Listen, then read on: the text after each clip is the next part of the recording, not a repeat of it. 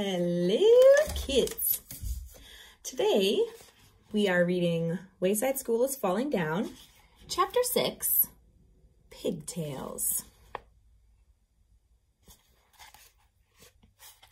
Hi, Leslie, said Paul.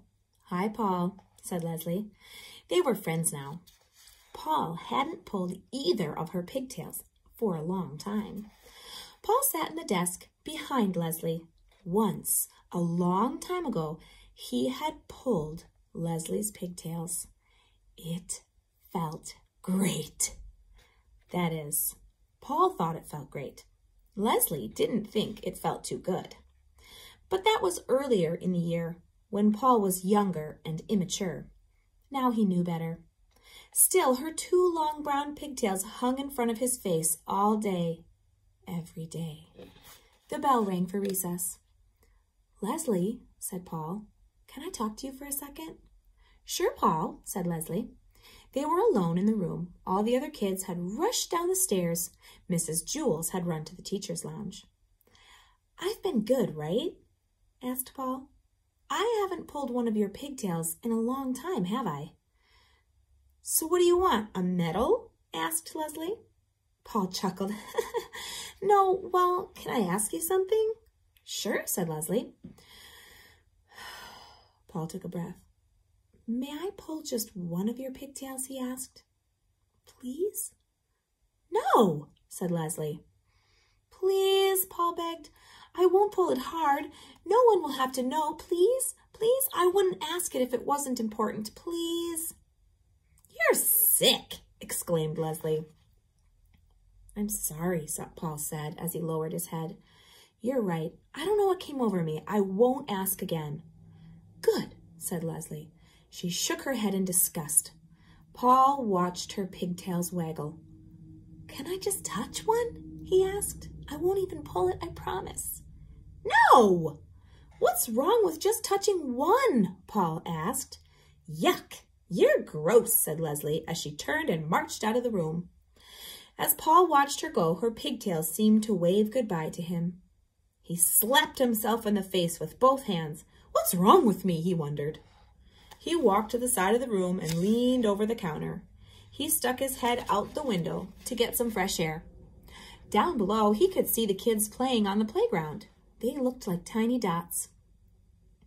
Leslie stepped back into the classroom. I'm getting my hair trimmed tomorrow, she announced. If you want, I'll save the pieces for you. It'll just be some split ends. Paul was so excited he forgot where he was. He quickly raised his head. It bashed against the window frame, then he bounced forward and toppled out the window. Leslie stared in horror at the open window, then rushed toward it. She leaned over the counter and looked down. Help! Gasped Paul. There was one brick on the side of the building that stuck out a little further than the others. Paul desperately held onto it with both hands. I'll go get Louis, said Leslie. He'll save you. No, don't go, cried Paul. I can't hold on. My fingers are slipping. Leslie reached down for him. Try to grab my hand, she said.